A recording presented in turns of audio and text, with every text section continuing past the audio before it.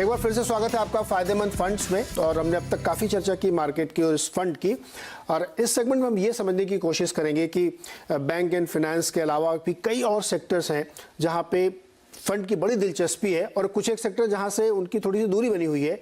तो ऐसा क्यों है, ये जानने की कोशिश करते हैं। एक सेक्टर है ऑटोमोबाइल, जिसपे आपका वेटेज कम है, मतलब आप चौथे नंबर पे आप उसको रख रहे हैं, जबकि उसमें बहुत ज़्यादा बदलाव हो रहे हैं और वहाँ पे डेट बिल्कुल नहीं है कंपनीज के पास, और आजकल ईवी प्ले और पता नहीं क्या क्या चल रहा है। तो ऑटो में नहीं आप लोगों को लगता है कि ये एक बड़ी स्टोरी निकल के आ सकती है 2-3-5 साल में? नहीं, डेफिनेटली नीरज जी, हम लोग पॉजिटिव हैं। एक्चुअली ये वेट आपको मतलब जो अभी दिख रहा है, हम लोग ने वेट इंक्रीज किया है। आपको आगे जाते हुए शायद वेटेजेस और बढ़ते हुए दिखेंगे।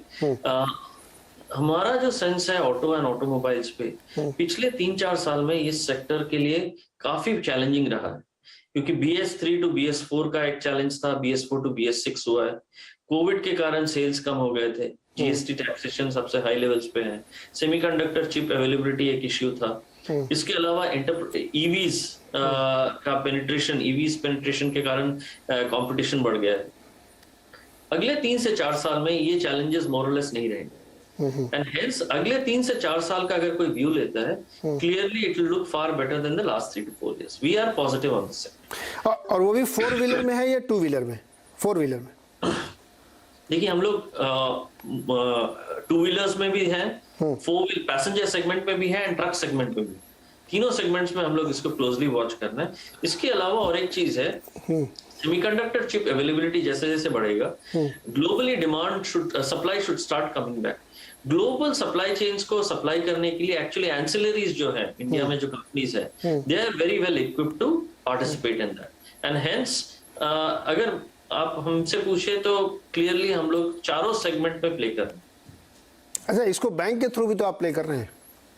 बैंक के थ्रू जो लेंडर्स है, आपने सही पकड़ा है, जो लेंडर्स है वो भी बेनिफिशियरी रहेंगे, क्योंकि इंडिया में क्लियरली ग्रोथ दिख रहा है इस सेगमेंट। अच्छा, बैंक सेक्टर का बड़ा फायदा है, उसके थ्रू सारा सेक्टर प्ले होते हैं, मतलब उसमें अगर आप हैं तो फिर कोई बचता नहीं है।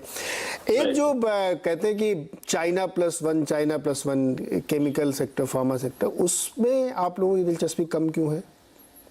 देखिए, केमिकल्स में एक ही कारण से हम लोग मतलब थोड़ा अंडरवेट है। उसका एक ही रीजन है कि वैल्यूएशंस काफी हद तक खिंच गए थे।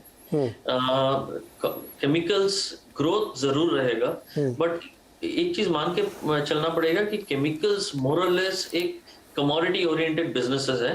कुछ सेगमेंट्स में स्पेशलिटी केमिकल्स है, मैं मानता हूँ, बट वैल्यूएशंस इस हद तक मतलब इनका वैल्यूएशंस इतना बढ़ गया था कि upside in the near term मिलना काफी दिक्कत है। एंड अगर आप इनको देखें स्टॉक्स को, पिछले 6-9 महीने में कुछ खास पार्टिसिपेशन इनका नहीं रहा। वी आर वेटिंग कि इनमें वैल्यूएशंस में थोड़ा गिरावट आए, थोड़े मोर रीजनेबल लेवल्स पे आए, वहां पे हम लोग जरूर देखेंगे। अच्छा, टोटल जो 15 स्टॉक हैं उसमें करीब 65% का एक्सपोजर है, और सेक्टोरली अगर आप देखें तो 2-3 सेक्टर जहाँ पे 55% का एक्सपोजर है आपका, तो थोड़ा सा ज़्यादा कंसंट्रेशन नहीं लग रहा आपको कुछ ही स्टॉक्स या कुछ ही सेक्टर्स पे? देखिए, हम लोग यूजुअली जो पोर्टफोलियो बनाते हैं 45 से 50 स्टॉक मैक्सिमम रहता है, more like 45 stocks. And view ये है कि अगर आप किसी बिजनेस पे कन्विंस्ड है तो you have to show the weight, वो वहां पे वेट आपको दिखाना पड़ेगा, तभी पोर्टफोलियो में रिटर्न्स बनते। 100 स्टॉक लेकर मैं अक्रॉस 10 सेक्टर्स पोर्टफोलियो बनाना बहुत आसान है, बट उसमें रिटर्न्स हो सकते हैं कि आपको ऑप्टिमम रिटर्न्स नहीं मिले। ऑप्टिमम रिटर्न्स के लिए ये जरूरी है कि जिस सेक्टर पे आपका कॉन्फिडेंस हो, उस सेक्टर में आप वेटेज दिखाएं। जिन कंपनीज में आपको कॉन्फिडेंस हो, वहां पे आप वेटेज दिखाएं। सो क्लियरली हमारा ये थॉट प्रोसेस रहेगा, जो बिजनेसेस हमें पसंद आए वहां पे हम लोग डेफिनेटली वेटेजेस ज्यादा देंगे। ओके।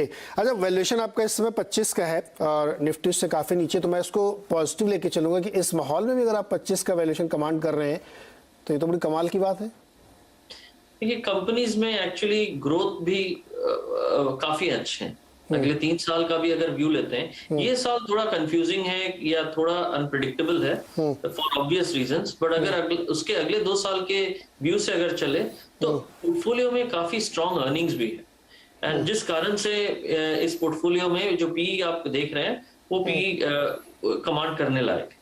ओके अच्छा, फ्लोज वगैरह में कोई दिक्कत नहीं, अभी भी सब बढ़िया वैसे ही चल रहा, चूंकि हम लोग जो डेटा देख रहे हैं उसमें तो कहीं कोई दिक्कत ही नहीं दिखती मार्केट में, सारे इन्वेस्टर्स की लगातार चल रही, तो उसमें थोड़ा सा हमें बताइए कैसा चल रहा है आजकल? फ्लोज ठीक है एक्चुअली मार्केट्स में। I think generally mutual fund industry में SIP book is very strong, lump sum शायद थोड़े कम हो गए, बट वो भी I think so it's a matter of time, वो they will all start coming back.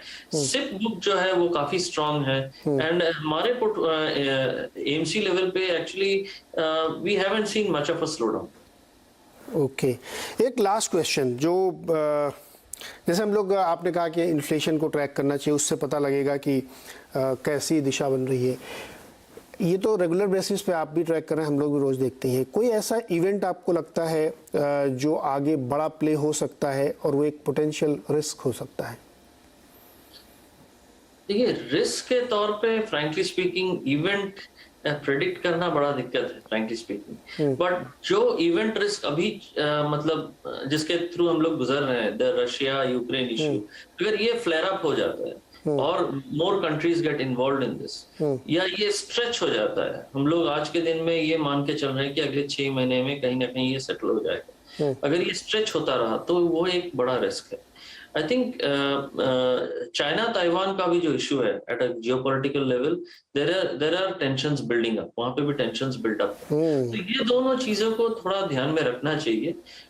Hopefully sanity prevails and you know the countries don't get into a conflict, but अगर event risk की बात की जाए तो ये दोनों को हम लोग काफी क्लोजली ट्रैक।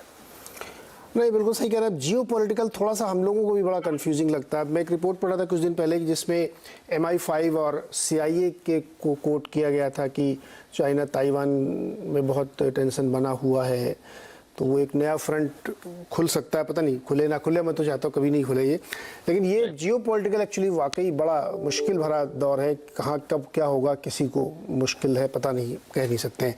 लेकिन फ्लेक्सी कैप फंड PGIM का, जैसे मैंने कहा कि वैल्यूएशन इसके अभी भी बहुत रिच हैं और वो इस बात को दिखाते हैं कि कितना कॉन्फिडेंस है और जो क्वालिटी ऑफ स्टॉक्स इसमें है वो इसका संकेत है। तो आप लोग भी पढ़िए इसको और ज़्यादा जानकारी लीजिए, और फ्लेक्सी कैप इस मार्केट को प्ले करने का एक अच्छा तरीका हो सकता है, जहाँ पे कम से कम फंड मैनेजर के पास ये चॉइस है कि जहाँ बेटर रिटर्न मिल रहा है वहाँ पे बड़ी आसानी से स्विच कर सकते हैं, तो एक तरीका ये हो सकता है।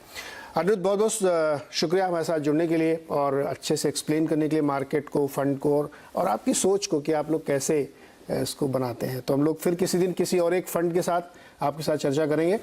आज के लिए फिलहाल इतना ही, बहुत बहुत धन्यवाद। Thank you Neeraj.